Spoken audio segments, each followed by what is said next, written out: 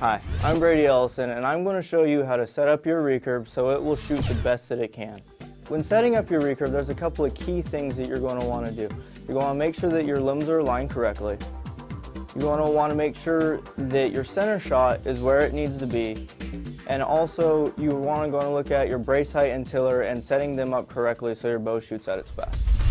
Now, when we're talking about limb alignment, there's two key things that you want to look at. One, you're going to want to align your limbs so that each limb is lined perfectly up with itself, and also that your string and limbs line up straight down your stabilizer. That way, when you shoot, your whole entire bow is straight. That way, there's no difference or anything, so when you shoot, everything's going in one straight line. When aligning your limbs, this is the tool that I use. It's a biter limb gauge, and you put it on the top and bottom limb, and there's two lines on it, so it'll give you the exact location of where your limbs are and which direction you need to change it. So what I've done now is I've put my bow on the chair. The reason we do this when you're aligning your limbs is you don't want any interference with the limb itself. So what we're going to do is go ahead and put your limb gauges on, top and bottom limb. And the first thing you're going to want to do is you're going to want to take your string and you're going to want to put your string in the center of your stabilizer. Now, keeping the string in the center of the stabilizer, you're going to want to look up to your top and bottom limb and see where the string is in relationship to the black lines, and that's going to tell you which direction you're going to want to move your limbs. Now that we have our limbs aligned, we're going to need to tie knocking points before we can get our center shot dialed in. What you're going to do is grab an arrow and keep your biter limb gauge on your top limb. What you're going to do is you're going to put your string in between the two black lines, just like when we were aligning the limbs, and you're going to look down your arrow. Now what you're going to see is you're going to want to see 3/4 of your tip on the outside of your string to the left, to the right if you're a left-handed shooter. And you want just about 1/4 of that tip touching the string, and that's going to give you your best starting point for your center shot. As you can see, I've put a white piece of paper in the background. This just allows me to see my point better. Your point's kind of hard to see on a bunch of different surfaces, so just putting something white behind it is really easy. Now, as you can see on the arrow, 3/4 of my point is on the outside and 1/4 of it is on the right. That's where I start. That's a great point. Normally you don't have to move it too much from there. To move your center shot back and forth, all you need to do is screw your plunger in and out, and that'll give you your center shot.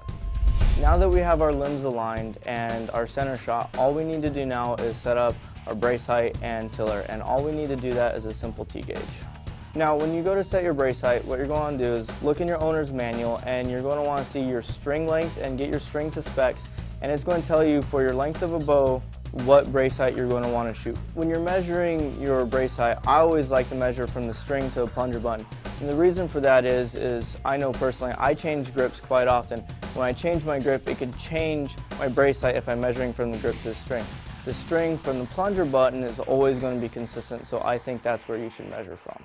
Now we're going to take the T-square, put it on our string, and measure to the plunger button where we want our brace height to be. Mine is in between 9/8 and 9 1/4, and you're going to want to check your owner's manual to see where your brace height needs to be for your length of limbs.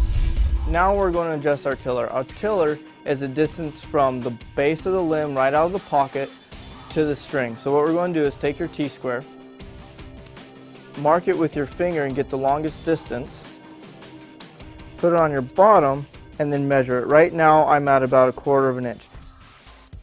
That's where a good starting point to be. Now say if it's not at 1/4 inch and it's even on the top and bottom. If you want to lighten your poundage, you could take your top bolt and back it out.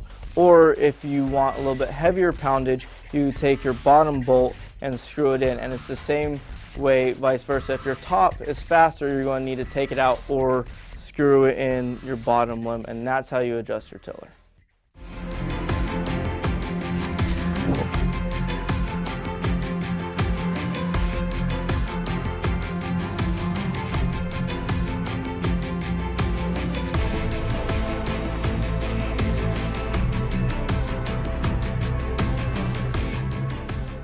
Now that we've got our bow set up the way we want to, you and your recurve are going to be shooting at the next level.